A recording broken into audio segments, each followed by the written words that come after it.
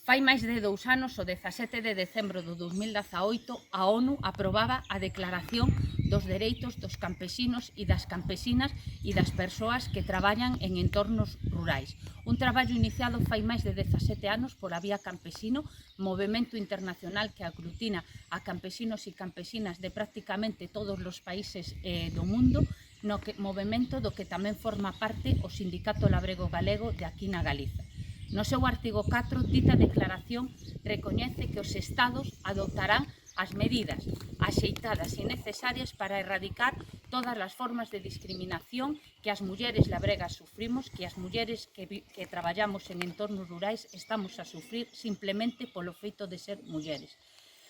Entón, para que? Para poder participar en igualdade nas nosas organizacións, en igualdade nos nosos concellos onde se deciden as políticas que nos están a afectar no día a día, nas nosas cooperativas, para ter acceso aos dereitos básicos sanitarios, dereitos básicos educativos, dereitos básicos de cotización á seguridade social, de titularidades das nosas granxas. Por exemplo, aquí no Estado español hai unha lei aprobada no 2011, a Lei de Titularidade Compartida, que recoñecía que alrededor dunhas 300.000 mulleres consideradas axuda familiar traballaban en granxas pero non eran donas do seu modo de vida. A día de hoxe, sorprendente e negativamente, só temos 631 solicitudes. Aquí na Galiza, 18. Algo está a acontecer para que estas leis de traballo de igualdade non vayan avanzando.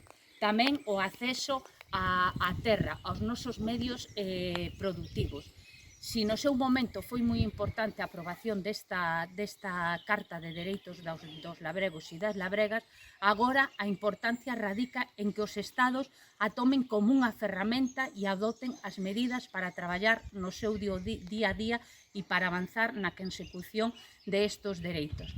Nestos días que hoxe estamos a vivir tan complexos, ponse de manifesto a importancia da alimentación de cercanía, da alimentación producida por os labregos e por as labregas, e tamén donde o que se precisa é poñer a vida no centro tamén nas políticas.